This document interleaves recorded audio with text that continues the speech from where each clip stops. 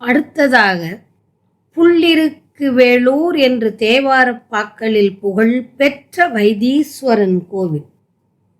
சிவபெருமானுக்கு உகந்த தலமாக இருந்தாலும் செல்வமுத்து குமரன் முத்தம் தரும் அழகனாக வீற்றிருப்பது புள்ளிருக்கு வேளூர். சிவபெருமான் வைத்தியராகி தையல் நாயகி அம்மையார் தைல பாத்திரமும் சஞ்சீவியும் வில்வ மரத்தடி மண்ணும் எடுத்து கொண்டு தம்முடன் வர சிவபிரான் வைத்தியராகி நம்மை பரிபாலித்து ரட்சிக்கும் திருத்தலமாகும்.